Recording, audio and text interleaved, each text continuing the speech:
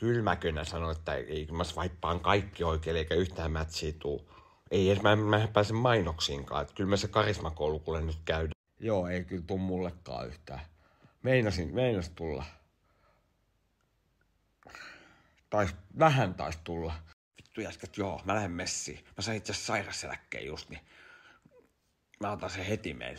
Tervetuloa kundit ja anteeksi, just herännyt rankka päivä eilen. Lensin Brysselistä Suomeen ja itse asiassa 2 kertaa joutui vähän hakemaan flowta ja suoraan Varjoliitaan ja siitä Kallion kiipeilyyn ja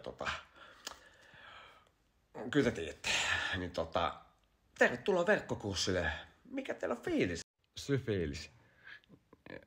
Pentti 38, Pieksämäki.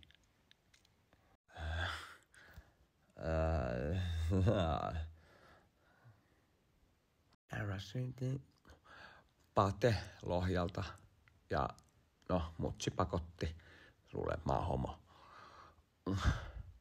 Voiko tänne lähteä sit vähän aikaisemmin, kun mun bänditreenit tossa? Jee vitussas vittu näitten on se satana pas vittu ennen vanha oli vittu ennen.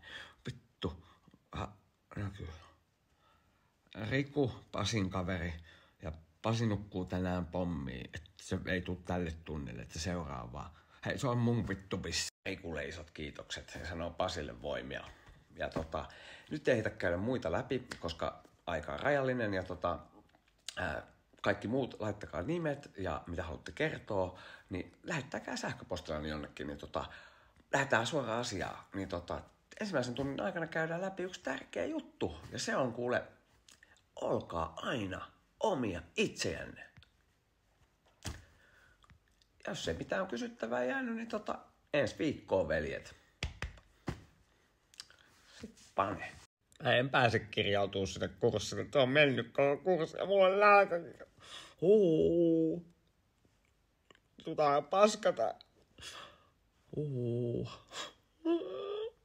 Morjesta. Me tosissaan nähdään täällä toimiston puolella koko ajan, että koitatte kirjautua tälle tunnille, mutta se on loppu jo noin 3 tuntia sitten. Ja kouluttaja on jo aikoja sitten lähtenyt paneen. Niin kaikki oppimateriaali laitetaan teille sähköpostiin, ketkä ei päässyt tunnille. Niin viitistä millään painu vittua siitä etusivulta, kun meillä on tietynlainen brändi-ilme, niin ei muuta kuin ja karate ja pane. Anteeksi. Äiti. Kaikki palee, mulla on nää. Onks me nakkeja vielä?